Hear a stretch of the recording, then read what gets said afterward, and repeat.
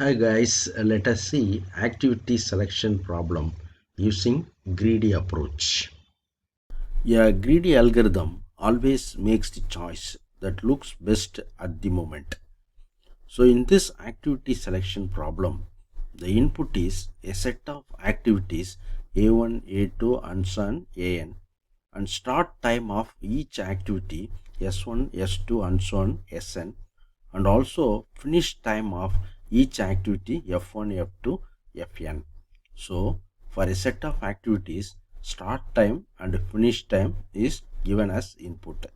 So the objective is to find solution set having maximum number of non-conflicting activities or mutually compatible activities that can be executed in a single time frame, assuming that only one person or machine is available for execution. Let us understand what do you mean by non-conflicting or mutually compatible activity. Two activities, say AI and AJ, are said to be non-conflicting if start time of AI is greater than or equal to finish time of AJ, or start time of AJ greater than or equal to finish time of AI, where SI and SJ denote the starting time of the activities and Fi and Fj refer to the finishing time of the activities. To put it simply, one activity starts after the completion of another activity.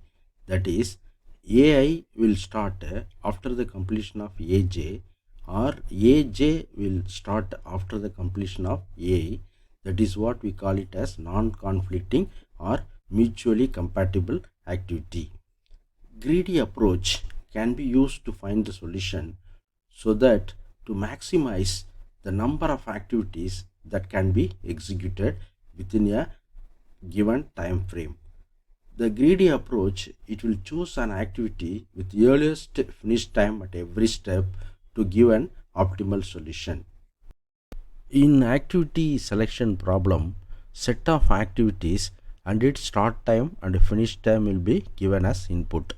In this activity selection problem, activities A1, A2 and so on A7, so totally 7 activities with its start time and finish time as given as input. First step is to sort the activities in ascending order based on their finishing time of the activities. The left side, the table is as given in the input in the problem. The right side, the table is arranged in ascending order based on the finishing time of the activities.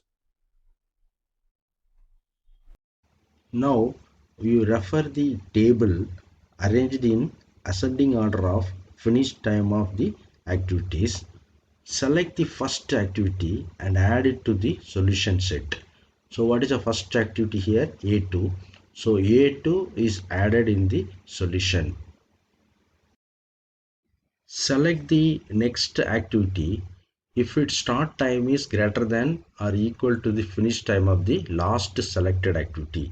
So what is the last selected activity? A2. So what is the next activity? A1. So you compare the start time of A1 with the finish time of A2. So A1 not selected because it conflicts with A2, because start time of A1 is not greater than or equal to the finish time of last selected activity A2. So we are not going to select the A1 in the solution set. Apply the same principle.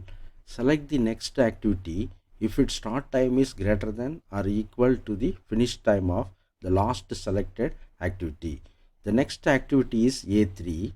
Now I will check the start time of A3 with the finish time of A2, because the last selected activity is A2. So A3 selected because no conflict with A2.